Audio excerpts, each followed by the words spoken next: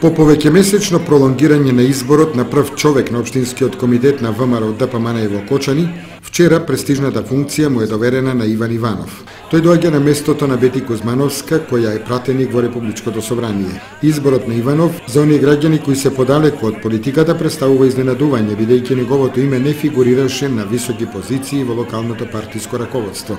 Меѓутоа, ако се земе во предвид кадровската политика во ВМРО ДПМН и определбата за млади стручни луѓе, тогаш ваквата одлука е очекувана. Иван Иванов е дипломиран машински инженер, вработен во T-Mobile, инаку поранешен член на Општинскиот комитет на ВМРО ДПМН од Кочани. Да проследиме првата изјава на Иванов за телевизија Кочани. Како продолжи тој избор кога беше стеснен на кандидати? Па, мислам дека протече во една фер, демократска и конструктивна атмосфера.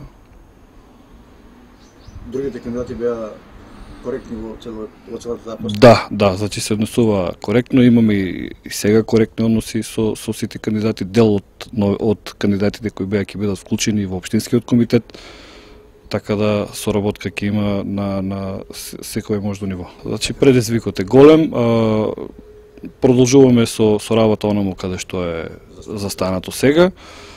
Ние како партија континуирано работиме за доброто на граѓаните и овде ќе истакнам, значи тешко на онаа партија која што чека последната година пред локалните избори нешто да направи. Значи нашите резултати се видливи, спремни одиме на локални избори, се работи во континуитет, спремни одиме на локални избори.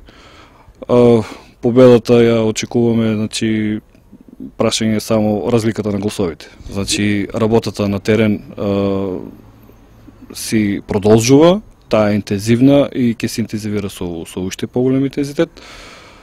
За сега мислам дека се уште е рано за некои поконкретни активности да се споменуваат, меѓутоа со тек на времето, значи како идат изборите, ќе се засилуваат. За колку време ќе излезете со Општинскиот комитет, со составот на Општинскиот комитет? Па со составот на Општинскиот комитет очекуваме, значи, да се заврши некаде до крајот на ова или почетокот на наредната недела.